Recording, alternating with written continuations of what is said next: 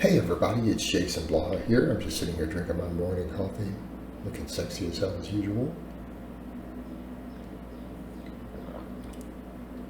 Ooh, a little bit too big of a sip. Where's the fake sip investigator been lately? He hasn't been through the comments. I was thinking about something earlier. I keep seeing people still today, they still harp on and on about how terrible the food pyramid was. And I'm sorry, but that's ridiculous, because I want people to stop and think for a moment. Maybe it wasn't perfect, but it was based upon what the best data we had at the time, and nobody actually followed it. And that's kind of the take home. Because if Americans had followed the food pyramid, we wouldn't have the heart disease and obesity and stuff that we have. Why? Because what's the very tip, the thing you're supposed to eat the least of, right? You have the base, you have the moving up. What's the very tip? And it was fats, oils, sweets. Meaning, okay, anyone who wants to hate on any of this stuff, some groups will hate on butter, others will hate on vegetable oils, others will hate on refined sugar. Okay? All of those things are covered there as the things that you should be eating the least of. It's like eat them very sparingly. Right? Sparingly can mean zero. It means at the most they should be the thing you consume the least. And I hope everyone out there gets that. The argument, I think, on the other end that people are making is the recommendation for high carbohydrate. But that does work. That works around the world. Because what's your base? You have, down here at the base, it was grains, cereals, starches. Okay? Rice and potatoes does not make people fat. Okay? I'm sorry that the data is overwhelming there. Case closed. The research is pretty clear on that. Then right above it, what you had vegetables and fruit groups, right? That's what you should be eating next. Now, it doesn't necessarily mean, I think, in terms of volume, but it could mean in terms of calories. We could make the case for flipping those two. Outside of that, I don't see any problem with this pyramid. Then up next, we have meats and dairies. And, again, notice they're there. So people can't even claim it's pushing a completely plant-based diet because these things are there. Now, for certain demographics, it was recommended, like lactose intolerance demographics in Asia or whatever, right? They would oftentimes recommend tofu or whatever. Well, the research on tofu is perfectly fine. All the health concerns of tofu have been debunked in the literature at this point, and it's actually one of the healthiest things you can eat. Not my opinion, the opinion of the leading researchers, people who are producing the data and looking at it in the lab and the epidemiology. This is not an issue, but let's set that aside. What's then people's argument? Oh, there's not enough protein. Really, you telling me Americans don't get enough protein? Telling me us in the Western world we don't get enough protein? Anyone really think that's the problem?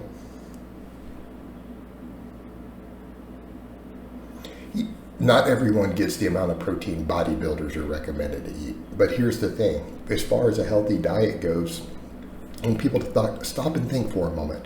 Do you really think the average person needs 200 grams of protein a day? Like, does anyone really think that this is the case? Like, no. Well, I hope not. Because following these recommendations, people would still get plenty of protein. You have a whole set of protein group right up there. But for the most part, there's very little reason for the average person to be consuming more than 100 grams of protein who is not training vigorously. There's simply no need for that. Arguably less. Sorry, there's no need for it for most people. So here's my question to people. What is anyone's complaint with this thing? It's been replaced with what they call My Plate now, which actually kind of pushes more fruits and vegetables. Okay? All right? But if you go back and look at this, for most people, they would be way healthier, way leaner, way fewer problems if they ate this way versus the way the average American ate. And that's the frustrating part, is that you see people in the fitness world who are so disconnected from reality that they look at this and go, well, government made these recommendations. Government made these recommendations based upon what the leading dietitians and doctors are saying. Okay, why did they make these? They made this in response to a growing health crisis and obesity crisis. Okay, it is not in government's best interest for everyone to be sick. Okay, not in our nation's best interest, in no society's best interest. People need to stop claiming that it is. Nobody's profiting from people being sick. People are choosing to eat this way on their own, eat garbage, against the recommendations. So if someone says, well, I do the opposite of what government says, so you're going to flip that over and eat very few starches and mostly live on sweets and added fat. So you're going to flip it? I mean, you're going to do the opposite? So what are you going to live on, lard and table sugar? You're going to eat sticks of butter and drink spoonfuls of sugar and Coke all day. That sounds kind of like how the average American already eats. The average American already does the opposite. But I want people to really explain to me why they think this pyramid is wrong. Again, I don't think the My Plate is bad either, to be honest. But when you look at this, these recommendations, particularly given for the time, are perfectly reasonable. And it would have stopped. Had people actually done it, we wouldn't have the obesity crisis that we have. Full stop. Because the diets would be moderately low in fat, not necessarily that low. High and starchier carbs, would have fruits and vegetables every single day. Every day, with very, very little sweets or junk food. In other words, you wouldn't be eating McDonald's, you wouldn't be drinking sodas, right? You wouldn't be doing those things. Let's come back over and let's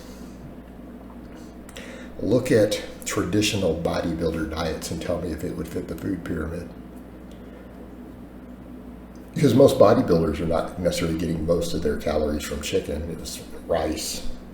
So look at a traditional, say, bodybuilding diet. Chicken, rice, and vegetables. Usually with some dairy of some type thrown in, whether it's protein shakes or some yogurts, right? Stuff like that. Or fish, rice, vegetables. And very, very little of the stuff at the tip that you're supposed to use sparingly. It's almost not existent in those diets. Leanest, most jacked people on earth. Pretty much followed the food pyramid successfully. Winning bodybuilding shows. So again, what's the problem? Like, why do people object to this and act like it's an issue? It would have, had people actually done it, we would not have the obesity, the heart disease, and diabetes crisis that we have today. Full stop. All right, guys, but that's really all I have to say on that today. I hope it's been informative, and I'll talk to you guys next time.